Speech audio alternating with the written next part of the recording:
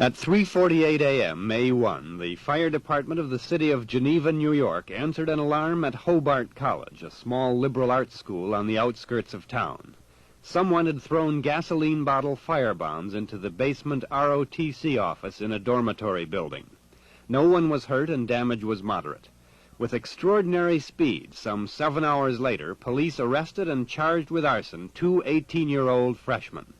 Soon thereafter, strange reports were heard of a shadowy figure known as Tommy the Traveler, and allegations that he had been fomenting violence on the campus.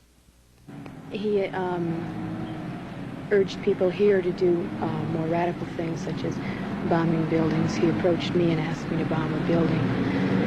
So he took an M1 out of the back of his car, and we fired rounds of the M1.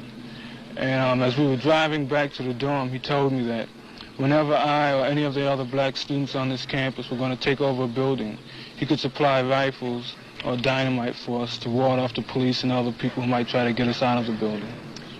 Last winter, before the occupation of ROTC, he brought bombs to my room. One bomb twice. You know, homemade bomb with a fuse out of it, and wanted to know if I wanted to use it on the ROTC building. It wasn't only students. The secretary of the ROTC office said she too was approached by Tommy the Traveler. He said, "Do you have a key to the office?" And I said, "Yes." And he said, "Would you give me the key?" Something like that. And I sort of said no. And he said, "Anything you want, you name it, and it's yours." He offered me money and everything. I said that I wouldn't give him the keys. These 2 freshmen admittedly took part in the meetings that led up to the firebomb protest against the ROTC. But they dropped out when the discussion turned to violence. They insist the firebomb plan was the proposal of one man, Tommy the Traveler. And when we went to that meeting, I think everybody had in mind that we were going there to discuss possible means to harass ROTC, such as phoning them, off, many times in the day so they wouldn't be able to work. Non-violent, Yes. And possibly, I think stealing their files was brought up. Stealing their files and just taking, call it put ROTC behind a couple of weeks in their work. And then all of a sudden he comes up with, possibly firebombing ROTC. In fact, I remember Tommy the Traveler mentioning, well, he said, "What do you want to use, black powder, gas?" And Greg Shepard said specifically, no one's going to use, black powder, because, you just destroy the first floor.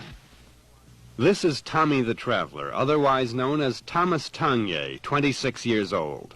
Not a radical member of the SDS, as he told many students, but an employee of the Sheriff's Office of Ontario County, New York, with orders to work as an undercover agent at Hobart College.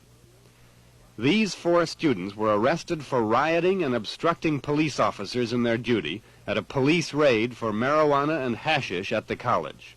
Because of the riot, no narcotics arrests were made, but the true identity of Tommy the Traveler became known. Later, one student, with backing from a college dean, filed harassment charges against the police informer. Tommy the Traveler declined an interview on film for television, but I talked with him and he stated a general denial of charges from students that he had incited violence at Hobart College and at several other colleges. But completely authoritative sources said Tommy had at one point shown a fake bomb to students. Sheriff Ray Morrow thinks Tommy was only doing the job he was ordered to do, even when it came to lessons about bombs. You did say earlier that it might be necessary for an agent in that situation. Right. Yes, I did. To lead the way if he didn't yeah, find out in what certain they were doing. instances. For instance, if it was a demonstration of how to build something, just a how, a lesson on how, not an actual building, see. In my estimation, there's a lot of difference between a how to build and a build.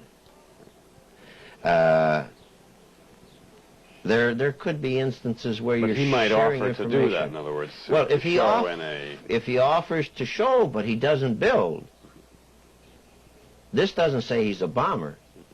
He would have to establish himself, let's say, as one of the gang. You have to be, let me call it a participating member of the gang, or you're not going to get anything. In other words, it might be necessary for him at certain points to appear, in fact, even to be leading the way, to bring up the subject. I would say yes in this instance. There are times when conceivably this would be necessary. So here we are at this tiny liberal arts college in northern New York with a man called Tommy the Traveler and a dispute about what he did or did not do.